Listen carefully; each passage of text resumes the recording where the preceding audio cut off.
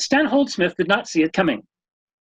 He braced his sandal against the sailboat's wood footrail and grabbed the rope net with his strong hands, focused on unraveling the tangled mass. He'd thrown out the net, but it did not spread in the water. He hauled it up for another try, only to find it now tangled and heavy. His pleasant little excursion was rapidly turning into a lot of work. The sea was thankfully calm, with a clear midday sky, warm sun, and only a light breeze. It would rain later. It always rained in the afternoons. He could stay out as long as he wanted. He was just waiting for this to become the fun time he had hoped for. Half a dozen seagulls circled patiently overhead. He smirked, "Sorry, boys, nothing yet." He mopped his tan brow and a 3-day beard with his loose white sleeve and returned to the nets. He barely heard the wind snap the sail full. Not being an experienced sailor, he didn't connect that the snap meant the sail had come untied and was coming his way. He caught the movement out of the corner of his eye just in time to twist his head out of the yardarm's path, but it still caught him square in the chest, toppling him over backward.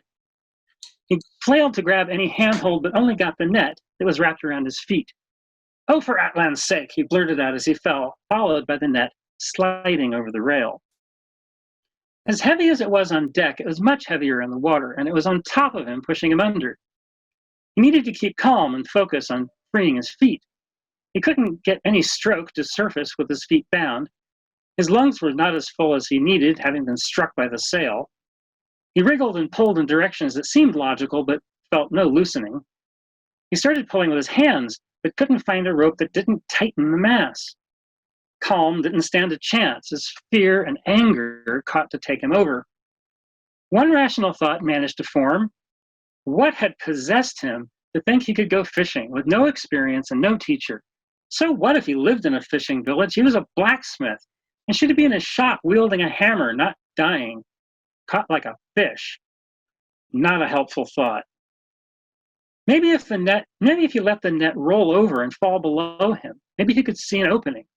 He pushed the rope mass with one hand and tried to row himself in the opposite direction with his other arm. Movement. Encouraged, he pushed harder. Once on top of the bulk of the net, though, he saw how far he had sunk below the surface. His chest felt like it would burst. His courage dissolved in the warm water. A flash of silver streaking by caught his eye and his heart skipped a beat. Great. Now he would be eaten. Maybe he could use the net to defend himself from the shark. He twisted and searched. He could not see past his tangled prison. Something tugged on the net hard. He braced himself for the sensation of teeth-ripping flesh, but it didn't come. Another powerful tug, and he felt one leg come free. He squirmed around to see what was happening and came face to face with a mermaid. She smiled at him with her overbroad mouth, flashing a full array of sharp teeth. She had a carved mother-of-pearl knife in her hand, and she was cutting him free. He smiled back in utter relief. One more tug and his other leg slipped loose. As happy as he was to be free, he looked up and was not sure he would make it to the surface. She must have seen the desperation on his face because she did something completely unheard of for merfolk. She seized him under the armpits and flicked her tail in fast, tight strokes. The water rushing past his face was so forceful it roared in his ears. He marveled at how her muscular tail shot them through the water. He clearly outweighed her, yet she dragged him like a toy. She swam so fast they reached the surface and arched up into the air. All he could think about was that first delicious breath.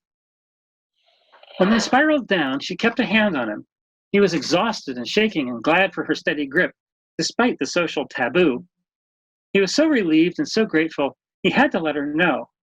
And he reached up and squeezed her webbed hand on his shoulder. Then he caught his breath. When he caught his breath, he looked at her earnestly. "Thank you." "You're welcome," she said with an understanding nod. He had never seen a mermaid this close before. Her gills, which had been expanded in flowery petals underwater, now lay closed and smooth on the sides of her hairless head and neck. She looked quite a bit more human this way, like a teenage girl with short, curly, albeit oddly silver-colored hair. With her full lips closed, he almost forgot about all those pointed carnivore teeth behind. What really caught him were her eyes. Maybe it was the shine of her silvery skin, light, almost white in her face, fading to dark gray around the back.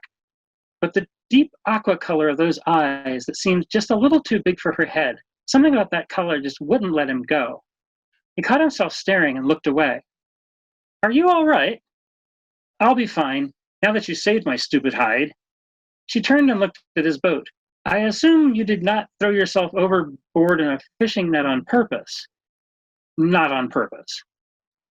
Can you make it back to your boat? I think I can manage.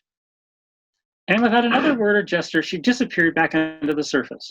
He looked around and waited, but she was gone.